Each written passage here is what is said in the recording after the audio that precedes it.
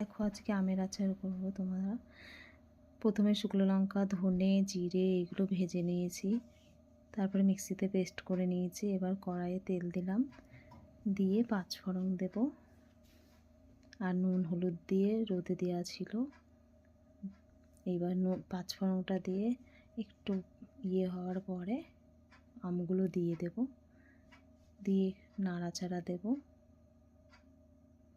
দেখো আমগুলো বেশি রোদ খায়নি, বুঝেছো, বৃষ্টি হচ্ছিল তো ওর জন্য। তো যাই হোক, আমগুলো ফেলে দেবো, ওর জন্য একটু আচার করে নিলাম।